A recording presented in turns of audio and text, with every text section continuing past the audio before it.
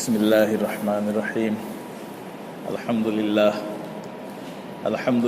نحمده ونستعینه ونستغفره ونؤمن به ونتوکل علیہ ونعوذ باللہ من شرور انفسنا ومن سیئات اعمالنا من يهده اللہ فلا مضل له ومن يضلله فلا هادی له ونشهد ان لا الہ الا اللہ وحدہ لا شریک له ونشهد أن سيدنا ومولانا محمدا عبده ورسوله أما بعد وقد قال الله تعالى في كلامه المجيد أعوذ بالله من الشيطان الرجيم بسم الله الرحمن الرحيم وإنك لعلى خلق عظيم صدق الله العظيم وقال نبينا محمد صلى الله عليه وسلم إنما بعثت لأتمم مكارم الأخلاق وقال نبينا محمد صلى الله عليه وسلم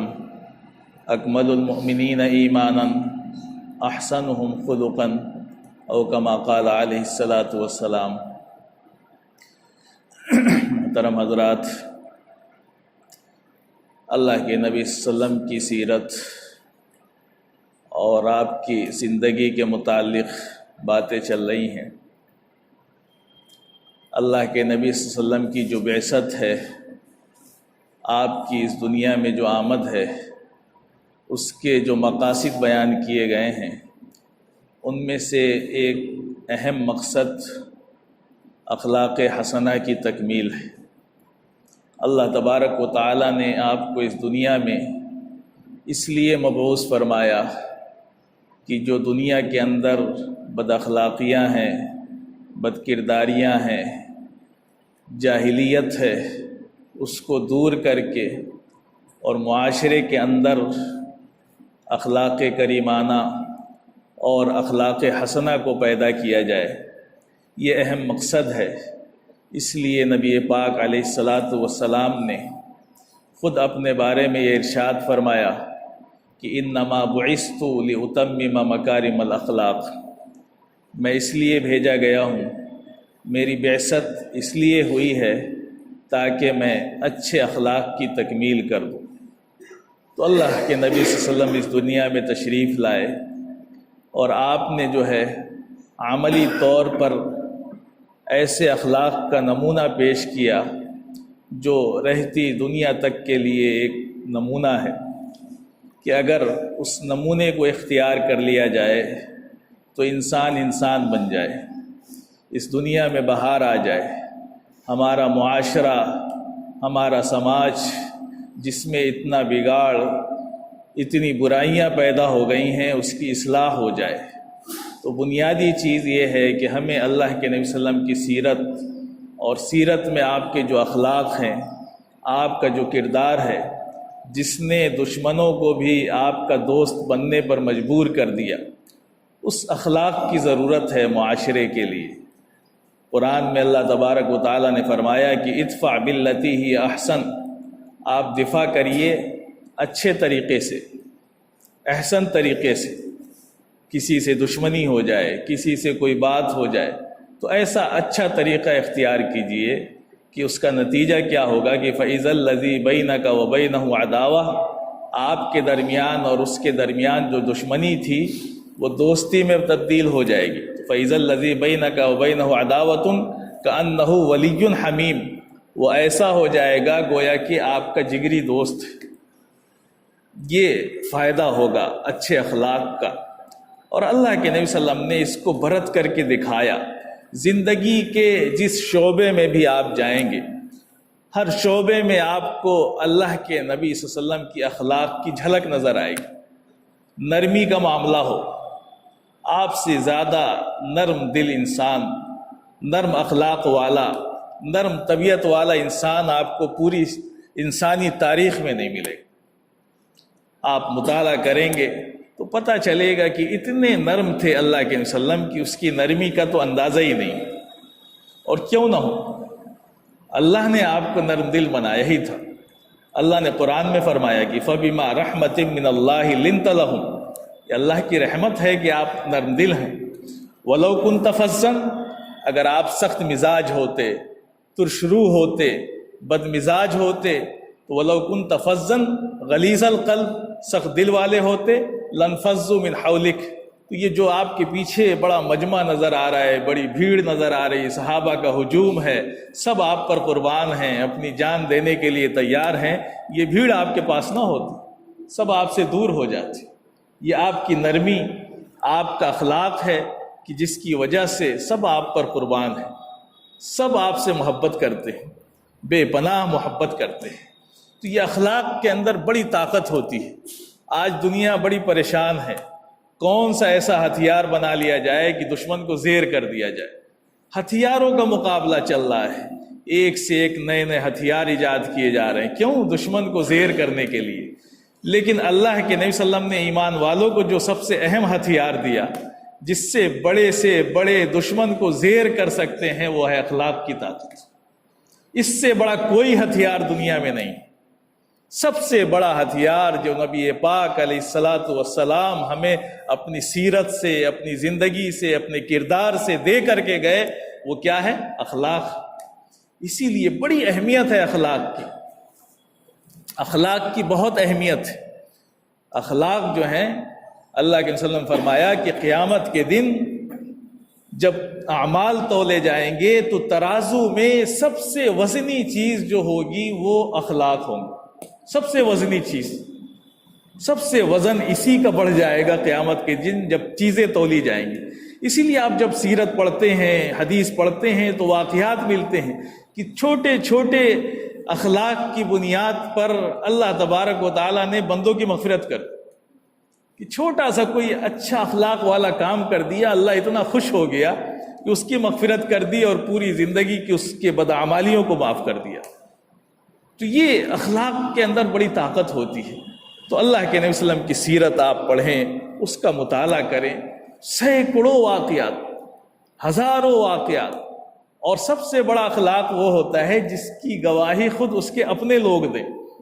یعنی انسان باہر والوں سے تو گواہی لے لیتا ہے، اس لیے کہ باہر تو کچھ بناوٹ بھی اختیار کر لیتا ہے، کچھ تصنع بھی اختیار کر لیتا ہے، لیکن گھر والے گواہی دیں، ساتھ رہنے والے گواہی دیں، تو اس سے بڑی گواہی نہیں ہو سکتی۔ حضرت انس رضی اللہ عنہ ہیں، صحابی رسول ہیں، چھوٹے بچے تھے تبھی اللہ کے وسلم کی خدمت میں آ گئے تھے اور آپ کے ساتھ رہا کرتے تھے۔ اور حضرت انس خود بیان کرتے ہیں کہ میں تقریباً 10 سال تک اللہ کے نبی صلی اللہ علیہ وسلم کی خدمت میں رہا، لیکن اللہ کے نبی صلی اللہ علیہ وسلم نے کبھی مجھ سے کسی کام پر یہ نہیں کہا کہ یہ کیوں کیا یا یہ کیوں نہیں کیا۔ اتنے نرم، ایسا ہوتا تھا کبھی آپ نے کسی کام کے لیے کہا، چھوٹے تھے، گئے راستے میں کھیلنے لگے، بھول گئے، واپس آئے، اللہ کے وسلم نے نہ ان کو مارا، نہ ڈانٹا، نہ ان کو بھگایا، بس پوچھ لیا کہ ارے بھائی اس کام کے لیے بھیجا تھا، بس مسکرا دی۔ تو بڑا نرم، آپ کے اندر بڑی نرمی تھی۔ اسی نرمی کا نتیجہ تھا کہ جو آپ کے پاس رہتا تھا وہ آپ کا دیوانہ ہو جاتا تھا، وہ آپ کو چھوڑ کر کے جانا نہیں چاہتا تھا۔ زید ابن حارثہ کا واقعہ کتنا مشہور ہے کہ وہ غلام تھے، حضرت خدیجہ کے غلام تھے، حضرت خدیجہ رضی اللہ عنہا نے ان کو اللہ کے نبی صلی اللہ علیہ وسلم کو دے دیا، اور ان کا واقعہ یہ ہوا تھا کہ وہ گھر سے غائب ہو گئے تھے اور وہ غلام نہیں تھے، لیکن بہرحال ان کو زبردستی اٹھا لیا گیا اور لے جا کر کے بیچ دیا گیا، اور جب بیچ دیا گیا تو وہ غلام ہو گئے۔ تو بکتے بکتے حضرت خدیجہ کے پاس آ گئے اور حضرت خدیجہ نے اپنے شوہر اللہ کے نبی صلی اللہ علیہ وسلم کو دے دیا۔ اللہ کے وسلم کی خدمت میں رہتے تھے، بہرحال ان کے قبیلے کے، ان کے علاقے کے لوگ آئے مکہ، انہوں نے حضرت زید ابن حارثہ کو دیکھا تو پہچان گئے، کہا کہ اچھا یہ تو ہمارے گاؤں کے اور ہمارے فلاں صاحب کے لڑکے ہیں۔ یہ تو جا کر کے ان کے گھر والوں کو بتا دیا کہ آپ کے صاحبزادے کہاں ہیں؟ مکے میں ہیں۔ تو اب وہ بیچارے، ان کے والدین، ان کے چچا وغیرہ آئے کہ اللہ کے وسلم سے بات کر کے اگر وہ کچھ لینا چاہیں، جیسے بھی تیار ہو جائیں، ہم ان کو لے جائیں۔ بھائی ان کے بیٹے تھے، ظاہر سی بات ہے، اولاد سے کتنی محبت ہوتی ہے گھر والوں۔ تو اس کی کوشش کی انہوں نے، گئے، اللہ کے وسلم کو ساری بات بتائی، تو اللہ کے وسلم نے کہا کہ ٹھیک ہے، اچھی بات ہے، اگر یہ آپ کے گھر کے ہیں تو آپ لے جائیں، میں کوئی اس کا معاوضہ نہیں چاہتا ہوں، کوئی بدلہ نہیں چاہتا ہوں، ہاں بس اتنی شرط ہے کہ یہ راضی ہوں گے تبھی جائیں گے، اپنی رضامندی سے جائیں گے، میں زبردستی نہیں بھیجوں گا کہ آپ کے ساتھ چلے جائیں۔ تو اختیار دے دیا۔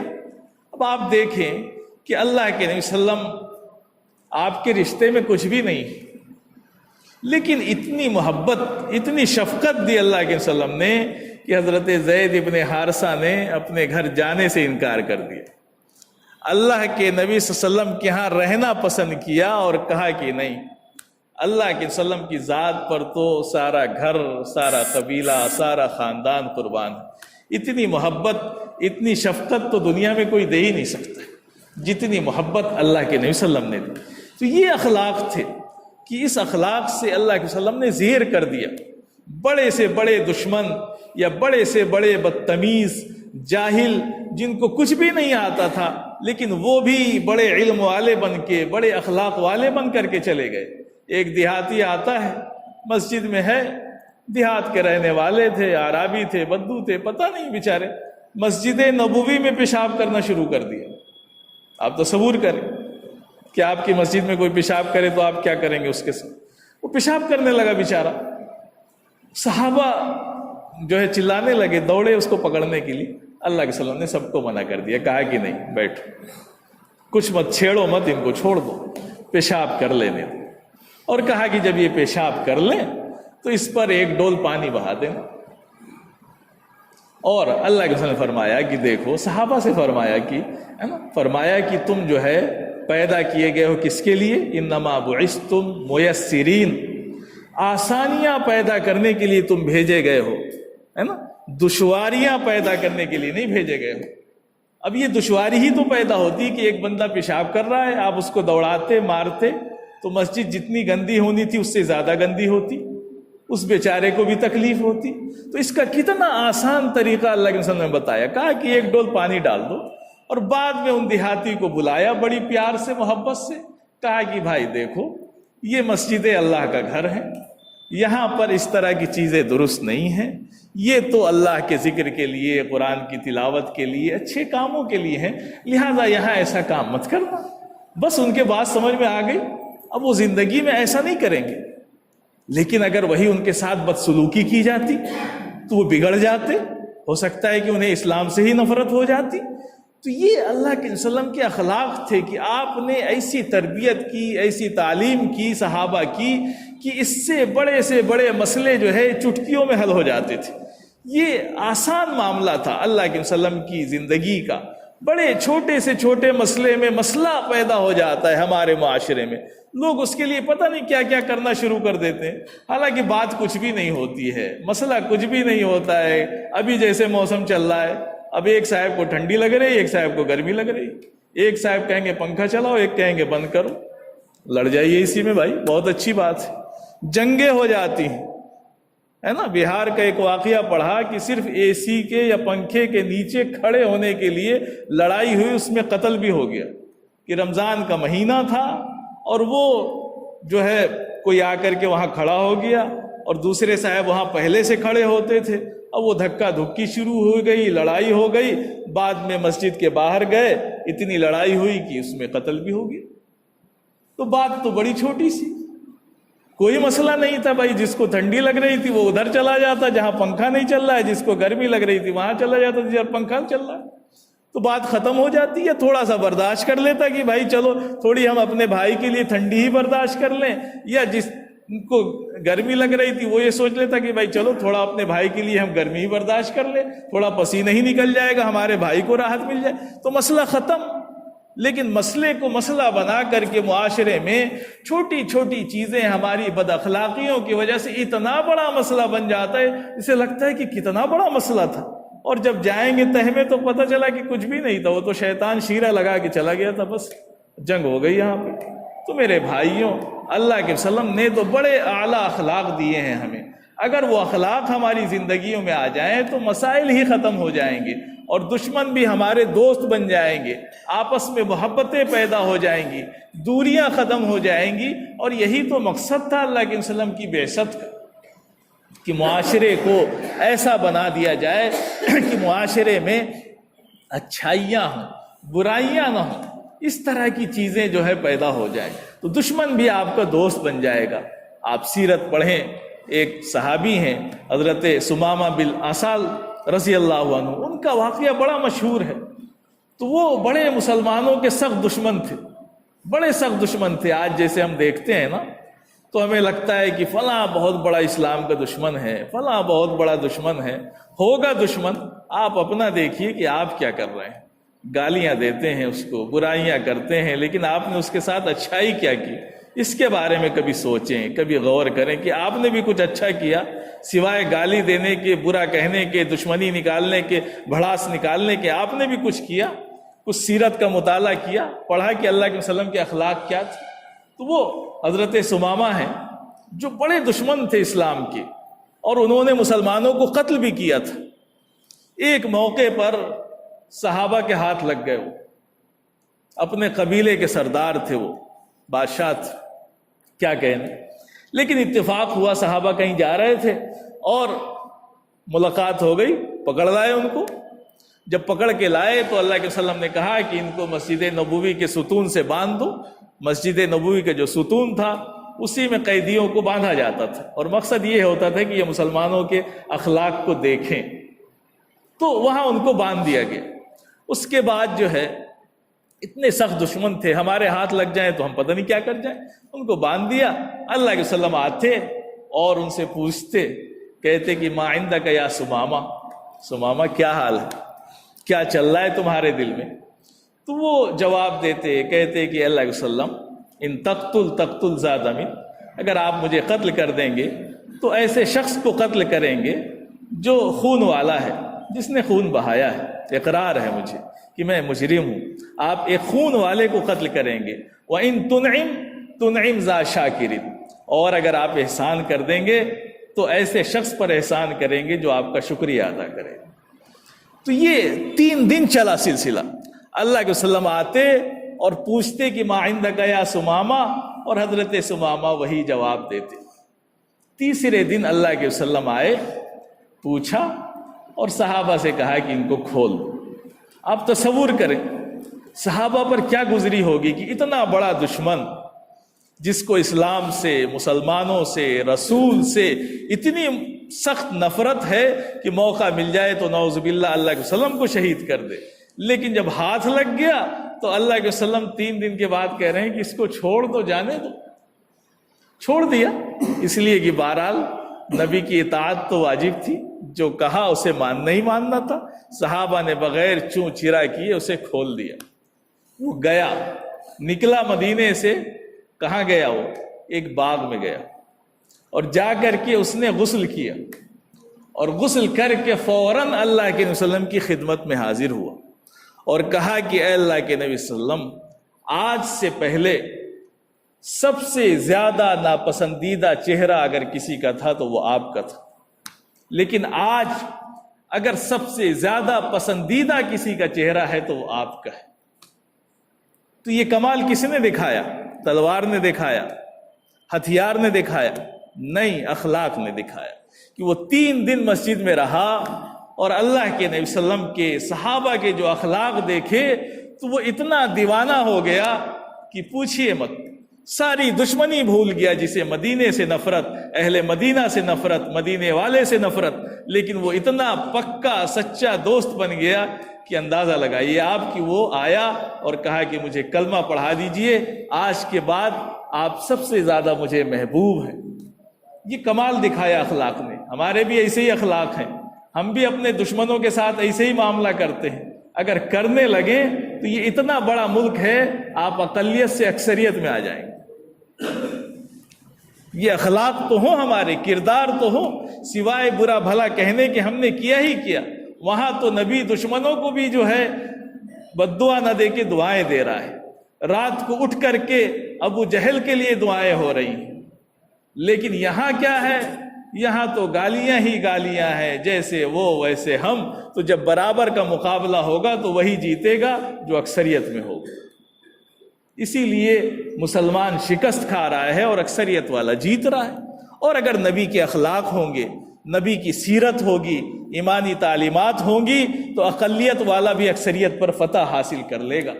یہ جو فتحیں حاصل ہوئی ہیں جنگوں سے نہیں ہوئی ہیں، یہ اسلام کی فتح جو ہوئی ہے وہ اخلاق سے ہوئی ہے، کردار سے ہوئی ہے، کہ جہاں مسلمان گئے ایسے اعلیٰ اخلاق پیش کیے کہ سارے کے سارے ان کے دیوانے ہو گئے۔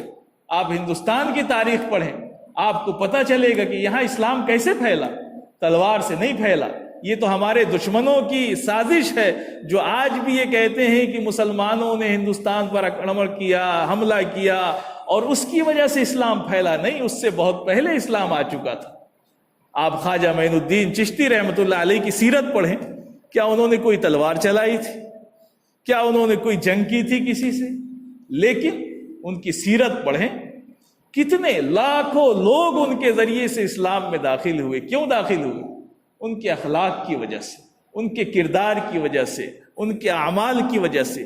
یہ اسلام کی ایسی طاقت تھی کہ بڑے سے بڑے دشمن اسلام میں داخل ہونے پہ مجبور ہو جایا کرتے تھے۔ آج تو ہم اتنے کردار ہیں کہ دشمنوں کے سامنے، غیروں کے سامنے کیا اخلاق پیش کریں گے؟ ہم تو اپنے گھر میں ہی اخلاق پیش نہیں کرتے۔ ہمارے تو گھر میں یہ حالت ہے کہ ہمارے اخلاق سے ہمارے بیٹے کو نفرت، اور کہہ رہے ہیں نا، اور باپ کو بیٹے کے اخلاق سے نفرت ہے نا، بیوی کو اپنے شوہر کے اخلاق سے نفرت اور شوہر کو اپنی بیوی کے اخلاق سے نفرت۔ یہ ساری چیزیں اسی لیے ہیں کہ ہم نے تو سیرت کو پڑھا ہی نہیں، سیرت کا مطالعہ ہی نہیں کیا۔ اللہ کے نبی صلی اللہ علیہ وسلم اور صحابہ اور ہمارے جو بزرگان دین تھے، ان کی سیرت کا تو کبھی ہم نے مطالعہ ہی نہیں کیا، ان کی زندگی کو تو پڑھا ہی نہیں، ان کی چیزیں تو ہمارے سامنے ہی نہیں ہیں۔ بس کہا سنی زبانی دو چار باتیں کہیں سے سن لی، اسی پہ چل رہا ہے۔ اور ہمارے دشمن جو چیزیں پھیلا دیں وہ تو اور زیادہ کانوں میں آ جاتی ہیں، تو ہم بھی بڑے فخر سے کہنے لگتے ہیں اسی کو۔ نہیں میرے بھائی، ہمیں تو اپنی حقیقی سیرت پڑھنی چاہیے، اللہ کے وسلم کی سیرت کا مطالعہ کریں۔ آپ کی سیرت ایسی ہے کہ اگر وہ سیرت ہماری زندگیوں میں آ جائے تو ہم لوگوں کے محبوب بن جائیں گے۔ ہمیں تلوار اٹھانے کی ضرورت نہیں پڑے گی، بلکہ ہم لوگوں کے دلوں پر حکومت کرنے والے ہو جائیں گے، اور جو دلوں پر حکومت کرتا ہے وہی فاتح زمانہ ہوتا ہے، جو دلوں پر حکومت کرے۔ تو جتنے ہمارے اللہ والے گزرے ہیں، اللہ کے نبی صلی اللہ علیہ وسلم سے لے کر کے جتنی آپ بزرگوں کی سیرت کا مطالعہ کر لے جائیں گے، یہ کوئی تلوار چلانے والے، جنگیں کرنے والے نہیں تھے۔ ان کے اخلاق اتنے اعلیٰ تھے کہ ان کی حکومت دلوں پر ہوا کرتی تھی۔ کوئی غیر مسلم بھی ہوتا تھا تو ان کے سامنے جھک جایا کرتا تھا، ان کو سلام کیے بغیر جا نہیں سکتا تھا۔ آج بھی آپ دیکھیں کہ ہندوستان میں اتنے سالوں کے بعد بھی خواجہ معین الدین چشتی رحمۃ اللہ علیہ کی محبوبیت، ان کی محبت لوگوں کے دلوں میں اتنی ہے کہ ایک اس زمانے میں کہ جب لوگوں کو بڑی نفرت ہے اور بڑی کہہ لیجیے عداوت ہے مسلمانوں سے، پھر بھی وہ وہاں جا کر کے جھک جاتا ہے ان کی مزار کے سامنے۔ کیوں جھک جاتا ہے؟ ان کی جو محبتیں تھیں دلوں میں وہ ابھی تک ختم نہیں ہو پائیں۔ ایسے انہوں نے اخلاق پیش کیے، ایسے کردار پیش کیے کہ آج غیر مسلم بھی جو ہم سے تو نفرت کرتا ہے لیکن ان سے نفرت نہیں کرتا ہے۔ تو یہ ان کے اخلاق تھے، ان کی محبوبیت تھی، ان کے کردار کی وجہ سے۔ تو ہمیں بھی میرے بھائیوں اسی بات کی کوشش کرنی ہے کہ اللہ تبارک و تعالی جو ہے ہمارے اخلاق اچھے بنا دے۔ ہم اخلاق اچھے کر لیں گے تو گھر میں بھی اچھے ہو جائیں گے، باہر بھی اچھے ہو جائیں گے، غیروں کی نگاہ میں بھی اچھے ہو جائیں گے۔ لیکن اگر ایسا نہیں کریں گے تو ساری دنیا ہم سے نفرت کرے گی، اللہ بھی نفرت کرے گا، اس کا رسول بھی نفرت کرے گا، کیونکہ ہمارے اندر جب وہ چیزیں ہی نہیں ہیں جس کی وجہ سے محبوبیت حاصل ہو، تو کس بنیاد پر ہم اپنے آپ کو نبی کا غلام کہتے ہیں، نبی کا ماننے والا کہتے ہیں؟ صرف کہنے سے ہو جائے گا؟ نبی کی سیرت ہماری زندگیوں میں نہ آئے، نبی کے اخلاق نہ آئے، نبی کے کردار نہ آئے تو صرف کہنے سے کام چل جائے گا؟ کہنے سے کام چلنے والا نہیں ہے میرے بھائی۔